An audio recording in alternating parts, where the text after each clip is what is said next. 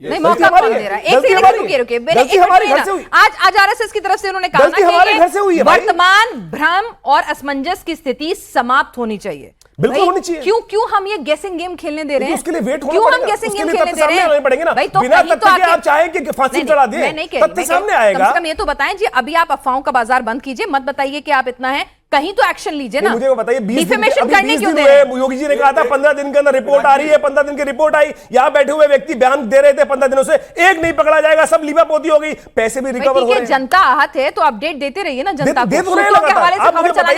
इंतजार तो कीजिए। अभी आप कह रहे हैं कि अभी एक्सेप्ट नहीं हुआ है। मैं कह रही हूं कि भाई एक ब्रीफिंग होती है ना भाई, जनता को, विपक्ष को मुझे मौका बताइए, लगातार ब्रीफिंग हो रही है, संघ की तरफ से इतना बड़ा बयान आया कि हम स्वयं उन्होंने लीपापोती करने की बात करी क्या? साफ साफ बात, आप विश्वास करनी चाहिए, धीरे धीरे रे मना, धीरे सब कुछ होए, इस बात को ध्यान रखे, बचाया नहीं जाएगा। अब व्यवस्था नहीं है। सनातन ने तो भगवान शिव तक को नहीं छोड़ा। सनातन में भगवान शिव ने जब ब्रह्मा जी का सिर काट दिया था तो जो काल मृत्यु ब्रह्म हत्या उनके हाथ में चिपट गई थी। यहां तो परमात्मा भी नहीं छोड़ा जा सकता। सनातन में वो व्यवस्था है और यहां बैठे हुए लोग सनातनी चोगा ओढ़कर कह रहे सनातन आक्षेपित हो गया। सनातन कभी नहीं हो सकता। सनातन वो वास्तविकता है कि सत्य के साथ हमेशा खड़ा रहा है, सत्य पे कोई आक्षेप नहीं कर सकता। तो जो लोग तथाकथित तौर पर यहां पर चोला ओढ़ के बैठे हुए, उनको समझ में आ जाना चाहिए कि सनातन को आक्षेपित ना करें। कुछ दुर्व्यवस्था लोगों ने फैलाई है, उनको अक्षम्य, उनको नहीं छोड़ा जाएगा, उनको कोई व्यक्ति नहीं छोड़ेगा। ठीक है, शैलेशन जी आपके पास भी आ रही हूं। उन्होंने एक सीधी सवाल आपसे ही पूछ लिया है। उन्होंने कह दिया, चलिए आप शैलेशन जी के पास जाऊं, उससे पहले आपके पास ही आ जाती हूं। वो कह रहे हैं कि भाई ठीक है, अगर आपकी नीयत साफ है ना, राजनीति करिए, हक है आपका राजनीति करने का, बनता भी है भाई। राजनीतिक पार्टी है और क्या करेंगे, राजनीति करेंगे, है ना। बीजेपी के अगर एजेंडे में राम मंदिर हो सकता है, उसका क्रेडिट वो ले सकते हैं, तो आपके पास भी पूरा हक है इस मुद्दे पर राजनीति करने का, लेकिन जिम्मेदारी से कर लीजिए। एक सेकंड रुकिए ना सर, मैं तो पूरी गलत हूं, आप ही सही है। पूरे पैनल में सिर्फ एक ही शख्स सही है, वो है सूर्य कुमार मैथिल। कर दिया। राम मंदिर कभी भी राजनीति का विषय नहीं रहा है, ये हम लोगों की आत्मा का विषय है। चिल्लाने से ये फैक्ट नहीं बदलेगा। चिल्लाने से ये फैक्ट नहीं बदलेगा। एक सेकंड आप इसको बार-बार सूर्य कुमार मैथिल जी, अच्छा सूर्य कुमार मैथिल जी, होल्ड ऑन, आप चुप होना सीखते हैं। कल तक जिनके हाथ राम मंदिर के सूर्य कुमार मैथिल जी, आज चंदा चोरी से रंगा हुआ है, चंदा चोरी से रंगा हुआ है, खड़े हो गए।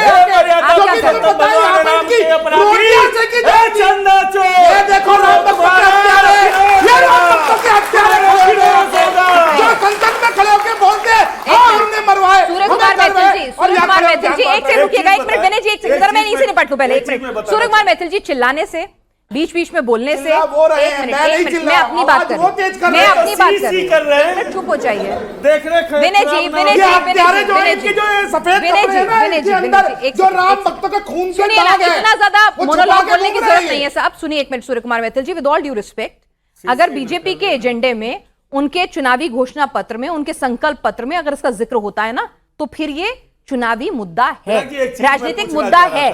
भावनाएं साथ है, राजनीति भी साथ चल रही है, तो मुझे मत सिखाइए। विचारधारा है, अरे हाँ ठीक है, जनता बेवकूफ नहीं है, एजेंडा नहीं है, जनता बेवकूफ नहीं है, जनता बेवकूफ नहीं है। एक देश में जनता बेवकूफ नहीं है, 2 प्रधान और 2 संविधान नहीं चलेंगे, ये विचारधारा थी। उसी प्रकार राम मंदिर भी विचारधारा है। बिल्कुल, आप इसको राजनीति से ना जोड़ें, ठीक है, ठीक है। अरे हत्यारा चुप रहो तुम। अरे भाई, कभी जाके टोपी पहन लेते हो, आप रोटी सेक रहे हो तुम, अच्छी बात है ना। चलिए, कभी इफ्तारी करते हो, कभी रोटी सेकना शुरू कर दिया। आपकी नियत वाकई में इतनी साफ है, तो जिम्मेदार विपक्ष की भूमिका निभाते हुए आपको भी मालूम है आप खुद सनातनी है, ठीक है, आप खुद सनातनी है। सुनिए ना, मर्यादा पुरुषोत्तम भगवान राम का वंशज हूं। अच्छा ठीक है, क्षत्रिय कुल में जन्म लिए, ठीक ना। हत्या की है, सुनिए, भगवान राम के चंदा चोरी किए हो, पेट पाल। सुनिए ना, सुन लीजिए मेरी बात, सुन लीजिए। सनातन को बदनाम करके भाई आप करिए अपना काम जो कर रहे हैं, आपने उजागर किया, सब कुछ किया, लेकिन इस तरह की फिगर्स 20,000 करोड़, हार चोरी हो गया, ये भी हो गया, अगर आपके पास सबूत नहीं है तो कम से कम, क्योंकि मुद्दा भावनाओं से जुड़ा हुआ है ना, सनातन से जुड़ा हुआ है, आपके मेरे धर्म से जुड़ा हुआ है, ठीक है, तो कम से कम इतनी जिम्मेदारी तो निभा लीजिए कि जब तक आपको श्योर शॉट ना हो, भाई आपने मुद्दा उठाया, आपने, मैं आपकी बात समझ गया, है ना, तो आप समझाइए मुझे कि ये क्यों कर रहे हैं, एसआईटी के पास चले जाइए। कारण क्या है? हाँ, इससे मजा आ रहा है करके, करोड़ों सनातनियों के जो चंदा उन्होंने दिया है, हाँ जिस तरीके से जितने लोग जा करके भगवान राम के चरणों में अगर वो चढ़ावा चढ़ाते हैं तो वो सोचते हैं कि हमें मोक्ष की प्राप्ति होगी। अरे चंदा चोर ये चुप गए थे? रहोगे? पहले इनसे पूछो ये गए थे क्या? तो मैं सूर्य ये कुमार पूछना मैथिल जी, चाहता हूँ, मेरे ख्याल से ना आप थोड़ा सनातन के बारे में यहाँ शैलेशानंद जी हैं। मैं- शैलेशानंद जी एक सेकंड, अभी आपका आज आपके फंडे क्लियर मैं कराती हूँ ये पहले पूछ रहा हूँ कि ये छोड़िए कहते क्या? छोड़िए इन्होंने एक मिनट, 12 करोड़ छोड़िए एक लोगों ने मिनट, दान एक मिनट दिया, यही रोकिए, स्वीकार करते अब ये यही कहते रोकिए क्या? आचार्य इन्होंने तो शैलेशानंद राम जी, मंदिर जहां तक निर्माण का इन्होंने निमंत्रण जहां तक दिया मेरी था। समझ है, जहां तक मेरी मैं ये समझ है, पूछना- एक मिनट विनय जी, आज इनके जरा फंडे थोड़े से क्लियर कर दूं मैं। जहां तक मेरी समझ है, आप लोग सनातन के जानकार हैं, आचार्य विक्रमादित्य जी भी हैं और राज जी भी हैं, मुझसे हम सबसे ज्यादा ही जानते होंगे। सर मुझे बता दीजिए, क्या अगर मुझे राम मंदिर को लेकर कोई भी सवाल उठाना है तो क्या मेरा राम मंदिर जाना जरूरी है?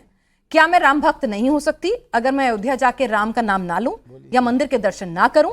अगर मैं आंख बंद करके इसी स्टूडियो में राम नाम जप लूं तो क्या मेरा राम खुश नहीं होगा? क्या राम मेरी पूजा स्वीकार नहीं करेगा?